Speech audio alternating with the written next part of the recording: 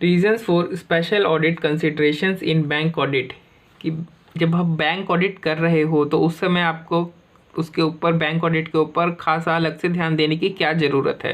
तो उसके कुछ कारण बताए गए हैं, जैसे कि the continuing development of new products and services and banking practices which may not be matched by the concurrent development of accounting principles and auditing practices.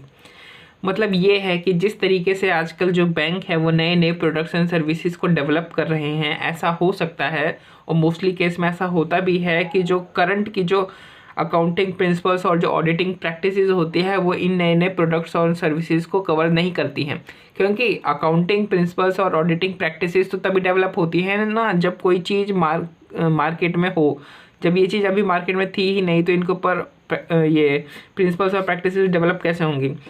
तो पहले प्रोडक्ट सर्विसेज आते हैं, फिर उनके लिए अकाउंटिंग प्रिंसिपल्स और ऑडिटिंग प्रैक्टिसेस बनाए जाते हैं। तो मतलब मोस्टली ऐसा केसेस होता है कि नए नए प्रोडक्ट्स और सर्विसेज के डेवलपमेंट के कारण ये जो नए प्रोडक्ट्स एंड सर्विसेज होते हैं वो अकाउंटिंग प्रिंसिपल ऑडिटिंग प्रैक्टिस में कवर नहीं होते हैं। तो इसलिए हमें बैंक ऑडिट करते समय स्पेशल ध्यान देने की ज़रूरत है ऐसे प्रोडक्ट्स और सर्विसेज के ऊपर।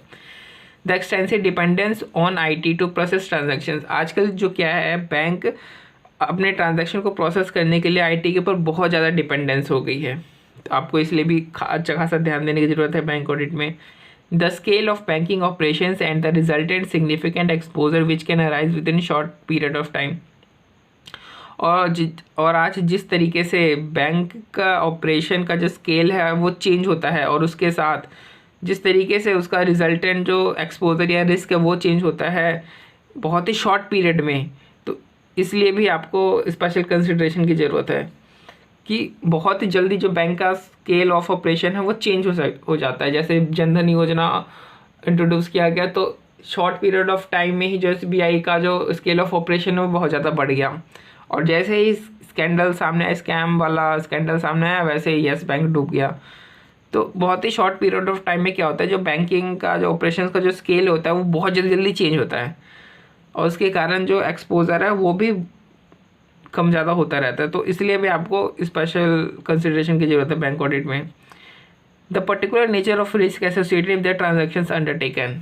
और बात ये भी है कि जो बैंक में जिस तरीके के ट्रांजैक्शंस होते हैं उनके साथ एक स्पेशल नेचर होता ही है रिस्क का, यानी बैंक में जो भी ट्रांजैक्शंस होते हैं उन रिस्क का नेचर ही ऐसा होता है कि आपको उसके ऊपर स्पेशल ध्यान देने की ज़रूरत है। The effect of the statutory and regulatory requirements. और चूँकि बैंक है तो बैंक के ऊपर एक रेगुलेटरी बॉडी भी होगी। अब रेगुलेटरी बॉडी है तो उसकी रिक्वायरमेंट्स का, उसकी स्टैट्यूटरी और रेगुलेटरी रिक्वायरमेंट्स को हमें फुलफिल भी करना पड़ेगा। तो हमें बैंक ऑडिट करते समय अच्छा खासा ध्यान किसके ऊपर देना चाहिए, स्टैट्यूटरी और रेगुलेटरी रिक्वायरमेंट्स के ऊपर भी देना चाहिए। अब डिपेंडेंस ऑन IT। जो नई नई टेक्नोलॉजी है उसके इवोल्यूशन के कारण और नेट बैंकिंग जैसे सर्विसेज प्रोवाइड करने के कारण जो बैंक का जो ऑपरेशनल और जो फाइनेंशियल रिस्क है वो बहुत ज़्यादा ही एक्सपोज हो गया है। Effect of above factors. अब इन सब बातों को ध्यान में रखते हुए, इन सभी कारणों को ध्यान में रखते हुए जो ऑडिट है, ऑडिट करते समय ऑडिट की डिज़ाइन इस तरीके से होनी चाहिए कि इन सभी कारणों को ध्यान में रखा जाए। और जो बैंक ऑडिटर और जो SCAs है उनको ब्रांच की जो है थोड़ी बहुत और इन प्रोडक्ट्स की, नए नए प्रोडक्ट सर्विसेज की थोड़ी बहुत डिटेल नॉलेज होनी चाहिए और इनसे जो रिस्क एसोसिएटेड है उनके भी, ताकि जो रिस्क ऑफ मटेरियल मिसस्टेटमेंट है उसको कम किया जा सके। अब इतने सारे रीजन दे रखे हैं, इसको याद करने का हमने तरीका भी बना रखा है कि बैंक का ऑब्जेक्टिव होता है continuing development of new products and services. इसलिए जैसे ही नई नई टेक्नोलॉजी का इवोल्यूशन होता है बैंक क्या करता है, इंटरनेट बैंकिंग की सर्विसेज को प्रोवाइड करना शुरू कर देता है। यानी जैसे ही टेक्नोलॉजी वाली इंटरनेट वाली टेक्नोलॉजी का एवोल्यूशन होता है वैसे ही बैंक नेट बैंकिंग की सर्विसेज को प्रोवाइड करना शुरू कर देता है। इससे फ़ायदा क्या होता है कि बैंक का स्केल ऑफ ऑपरेशन बढ़ जाता है, लेकिन घाटा क्या होता है कि एक्सटेंसिव डिपेंडेंस हो जाती है IT के ऊपर।